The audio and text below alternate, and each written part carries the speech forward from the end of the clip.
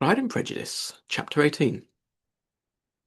Till Elizabeth entered the drawing room at Netherfield, and looked in vain for Mr. Wickham among the cluster of red coats there assembled, a doubt of his being present had never occurred to her. The certainty of meeting him had not been checked by any of those recollections that might not unreasonably have alarmed her. She had dressed with more than usual care, and prepared in the highest spirits for the conquest of all that remained unsubdued of his heart, trusting that it was not more than might be won in the course of the evening. But in an instant arose the dreadful suspicion of his being purposely omitted, for Mr. Darcy's pleasure in the Bingleys' invitation to the officers. And though this was not exactly the case, the absolute fact of his absence was pronounced by his friend Mr. Denny, to whom Lydia eagerly applied, and who told them that Wickham had been obliged to go to town on business the day before, and was not yet returned, adding, with a significant smile, "I do not imagine his business would have called him away just now, if he had not wished to avoid a certain gentleman here."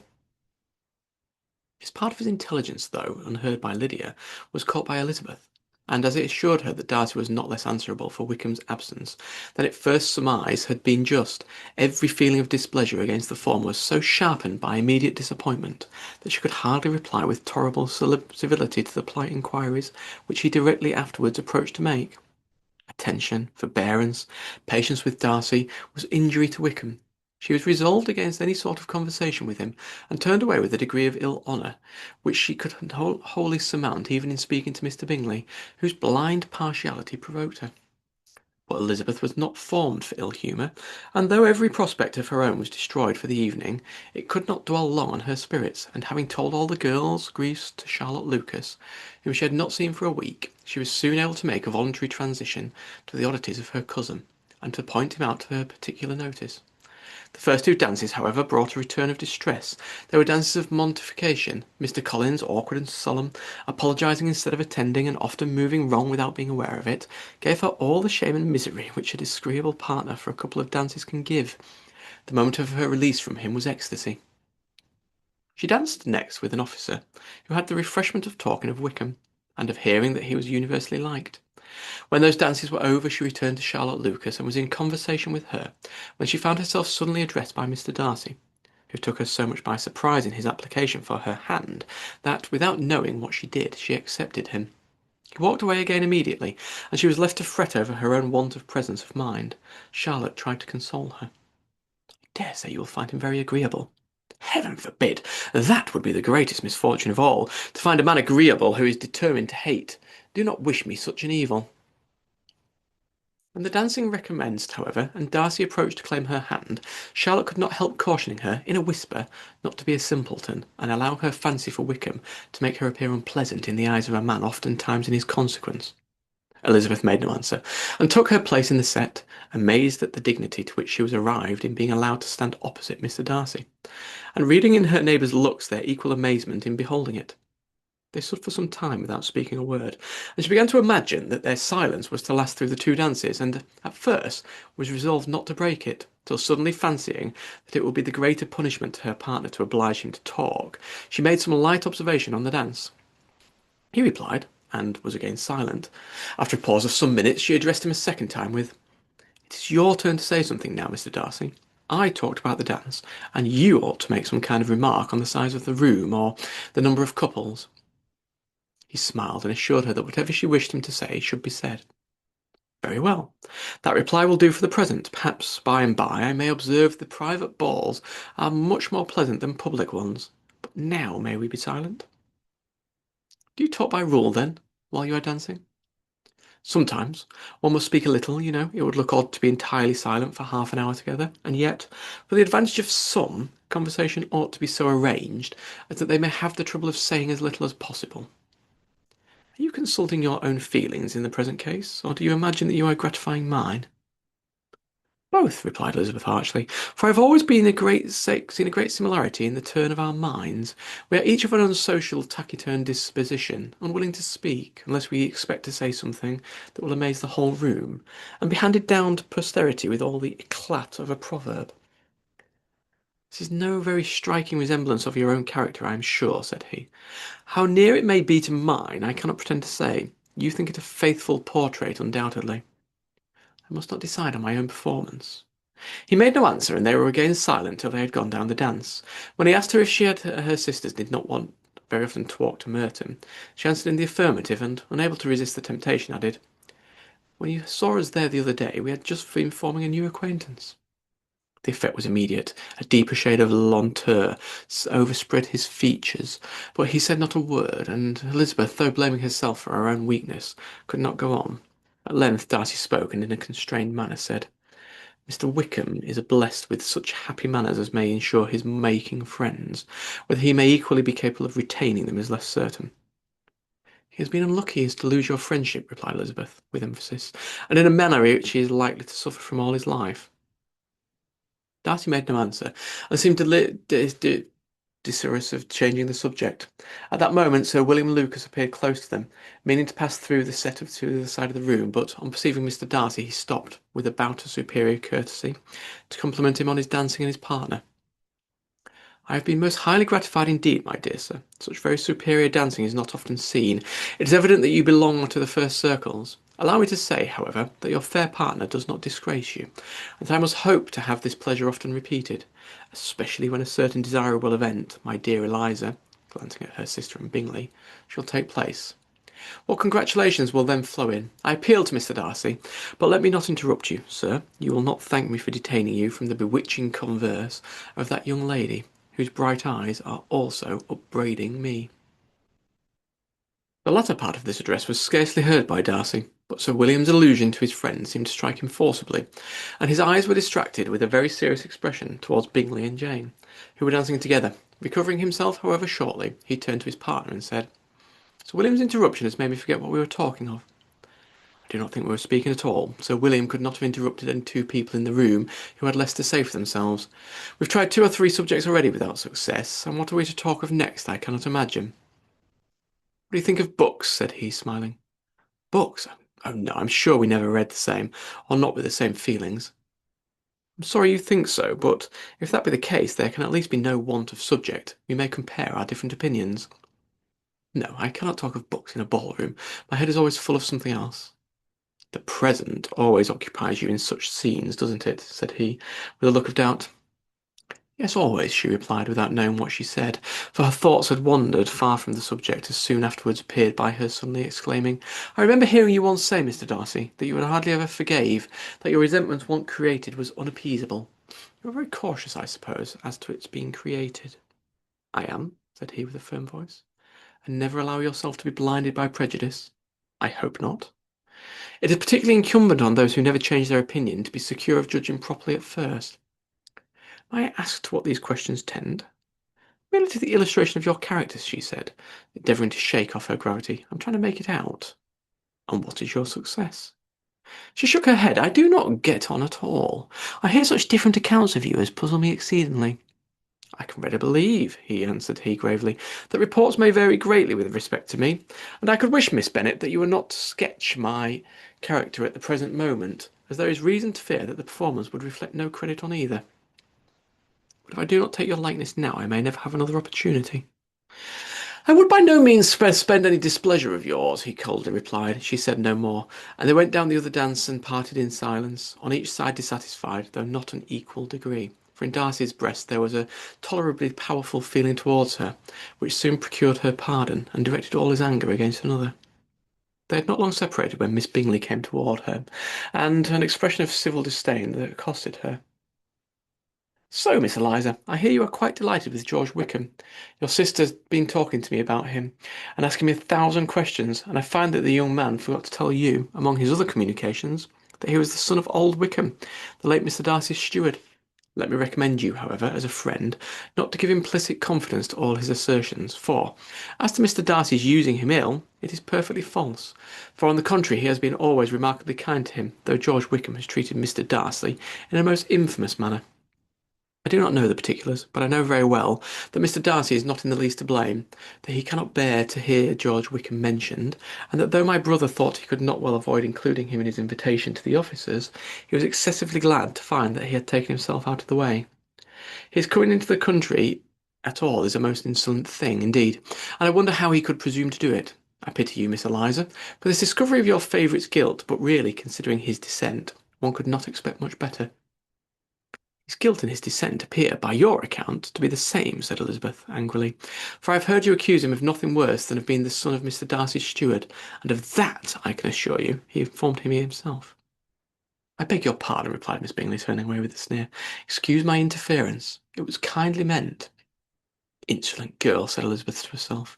You are much mistaken if you expect to influence me by such a paltry attack as this. I see nothing in it but your own wilful ignorance and the malice of Mr. Darcy. She then sought her eldest sister, who had undertaken to make inquiries on the same subject of Bingley. Jane met her with a smile of such sweet complacency and a glow of such happy expression as sufficiently marked how well she was satisfied with the occurrences of the evening. Elizabeth instantly read her feelings, and at that moment solitude for Wickham, resentment against his enemies, and everything else gave way before the hope of Jane's being in the fairest way for happiness. I want to know, she said, with a countenance on less smiling than her sister's, what you have learnt about Mr. Wickham, but perhaps you have been too pleasantly engaged to think of any third person, in which case you may be sure of my pardon. No, replied Jane, I have not forgotten him, but I have nothing satisfactory to tell you. Mr. Bingley does not know the whole of this history, and is quite ignorant of the circumstances which have principally offended Mr. Darcy. But he will vouch for the good conduct, the probity and honour of his friend, and is perfectly convinced that Mr. Wickham has deserved much less attention from Mr. Darcy than he has received.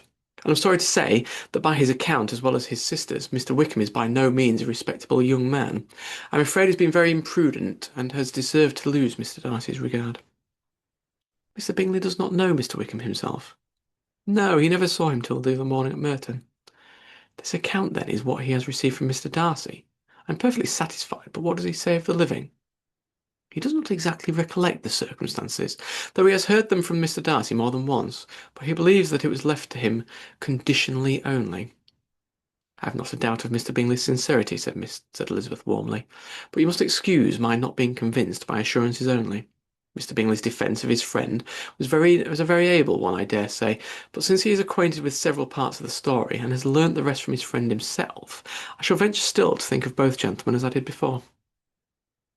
She then changed the discourse to one more gratifying to each, and on which there could be no difference of sentiment.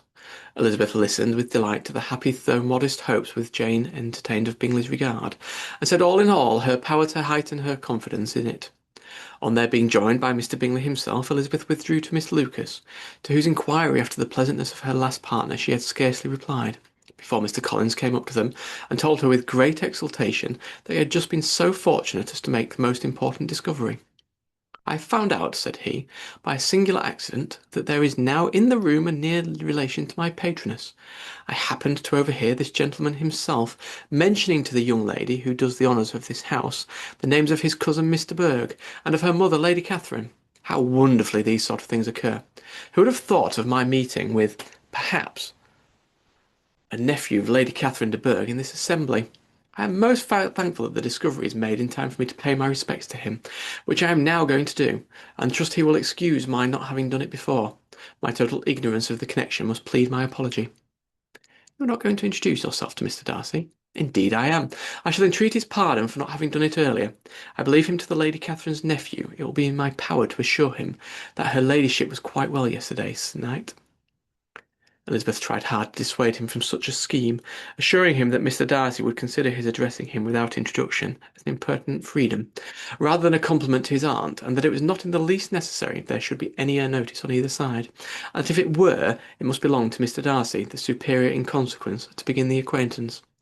Mr. Collins listened to her with the determined air of following his own inclination, and when she ceased speaking, replied thus: My dear Miss Elizabeth, I have the highest opinion in the world of your excellent judgment in all matters within the scope of your understanding, but permit me to say that there must be a wide difference between the established forms of ceremony amongst the laity and those which regulate the clergy. For, give me leave to observe, that I consider the clerical office an equal point of dignity with the highest rank in the kingdom, provided that a proper humility of behaviour is at the same time maintained.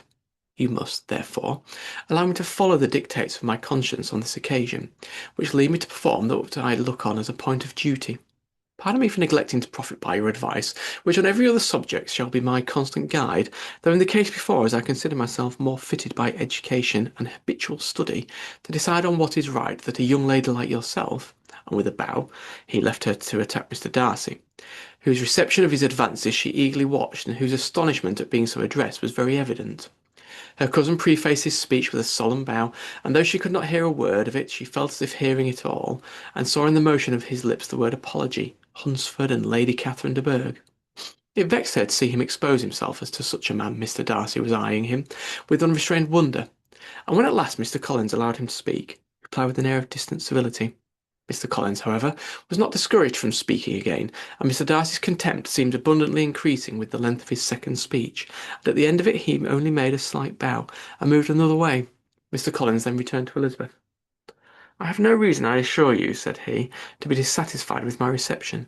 Mr. Darcy seemed much pleased with the attention. He answered me with the utmost civility, and even paid me the compliment of saying that he was so well convinced of Lady Catherine's discernment as to be certain she could never bestow a favour unworthily. It was really a very handsome thought. Upon the whole, I am much pleased with him." As Elizabeth had no longer any interest of her own to pursue, she turned her attention almost entirely to her sister and Mr. Bingley, and the train of agreeable reflections with which her observations gave birth to made her perhaps almost as happy as Jane. She saw her in an idea settled at the very house, in all the felicity with which a marriage of true affection could bestow, and she felt capable, under such circumstances, of endeavouring even to like Bingley's two sisters. Her mother's thoughts, she plainly saw, were bent to the same way, and she determined not to venture near her, lest she might be hear too much. When they sat down to supper, therefore, she considered it most unlucky pervasiveness which placed them within one each of each other, and deeply was she vexed to find that her mother was talking to that one person, Lady Lucas, freely, openly, and of nothing else but her expectation that Jane would soon be married to Mr. Bingley. It was an animating subject, and Mrs. Bennet seemed incapable of fatigue while enumerating the advantages of the match.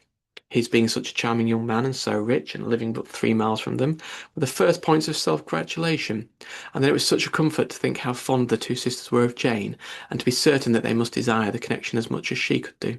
It was, moreover, such a promising thing for her younger daughters, as Jane's marrying so greatly must throw them in the way of other rich men, and, lastly, it was so pleasant at her time of life to be able to consign her single daughters to the care of their sister, that she might not be obliged to go into company more than she liked.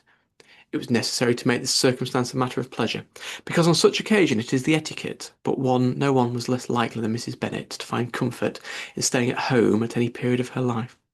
She concluded with many good wishes that Lady Lucas might soon be equally fortunate, though evidently and triumphantly believing there was no chance of it. In vain did Elizabeth endeavour to check the rapidity of her mother's words, or persuade her to describe her felicity in a less audible whisper, for to her inexpressible vexation she could perceive that the chief of it was overheard by Mr. Darcy, who sat opposite to them. Her mother only scolded her for being nonsensical. "What is Mr. Darcy to me, pray, that I should be afraid of him? I am sure we owe him to such particular civility as to be obliged to say nothing he might not like to hear." "For heaven's sake, madam, speak lower. What advantage can it be to you to offend Mr. Darcy? You will never recommend yourself to his friend by doing so." Nothing that she could say, however, had any influence. Her mother would talk of her views in the same intelligible tone. Elizabeth blushed and blushed again with shame and vexation.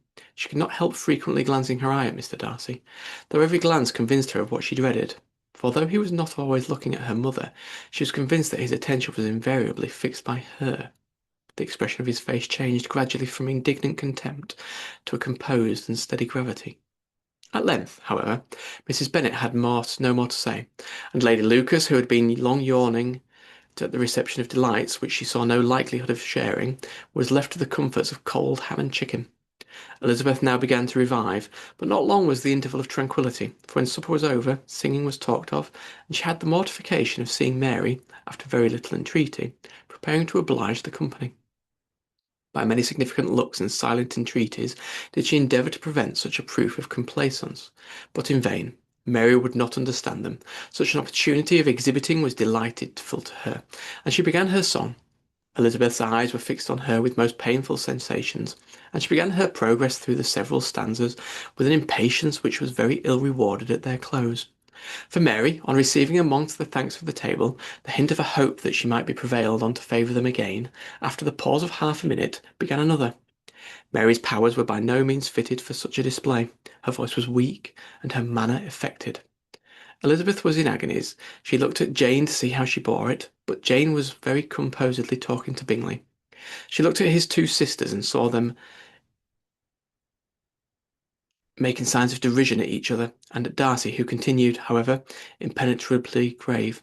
She looked at her father to entreat his interference, lest Mary should be singing all night. He took the hint, and when Mary had finished her second song, said aloud, "That will do extremely well, child. You have delighted us long enough. Let the older young ladies have time to exhibit." Mary, though pretending not to hear, was somewhat disconcerted, and Elizabeth, sorry for her, and sorry for her father's speech, was afraid her anxiety had done no good. Others of the party were now applied to. "If I," said Mr. Collins, "were so fortunate as to be able to sing, I should have great pleasure, I am sure, in obliging the company with an air, for I consider music as a very innocent diversion, and perfectly compatible with the profession of a clergyman. I do therefore mean, however, to assert that we can be justified in devoting too much of our time to music, for there are certainly other things to be attended to. The rector of a parish has much to do. In the first place, he must make such an agreement for the tithes as may be beneficial to himself and not offensive to his patron. He must write his own sermons, and at the time that remains will not be too much for his parish duties, and the care and improvement of his dwelling, which he cannot be excused from making as comfortable as possible. And I do not think of it as light importance that he should have attentive and conciliatory manners towards everybody, especially towards those whom he owes his preferment. I cannot acquit him of that duty, nor could I think well of the man who should admit an occasion of testifying his respect towards anybody connected with the family." With a bow to Mr. Darcy, he concluded his speech, which had been spoken so loud as to be heard by half the room. Many stared, many smiled, but no one looked more amused than Mr. Bennet himself, while his wife seriously commented Mr. Collins for having spoken so sensibly, and observed in a half whisper to Lady Lucas that he was a remarkably clever, very good kind of young man. To Elizabeth it appeared that her family had made an agreement to expose themselves as much as they could during the evening. It would have been impossible for them to play their parts with more spirit or finer success. And happy did she think it for Mr. Bingley and her sister that some of the exhibition had escaped his notice, and that his feelings were not of a sort to be much distressed by the folly which he must have witnessed. That his two sisters and Mr. Darcy, however, should have such an opportunity of ridiculing her relations was bad enough, and she could not determine whether the silent contempt of the gentlemen or the insolent smiles of the ladies were more tolerable. The rest of the evening brought a little amusement. She was teased by Mr. Collins, who continued most perversingly by her side, and though he could not prevail with her to dance with him again, but put it out of her power to dance with others. In vain did she entreat him to stand up with somebody else, and offer to introduce him to any young lady in the room. He assured her that, as to dancing, he was perfectly indifferent to it, that his chief object was, by delicate attentions, to recommend himself to her, and that he should therefore make a point of remaining close to her the whole evening. There was no arguing upon such a project. She owed her greatest relief to her friend Miss Lucas, who often joined them, and good-naturedly engaged Mr. Collins's conversation to herself. She was at least free from the offence of Mr. Darcy's further notice.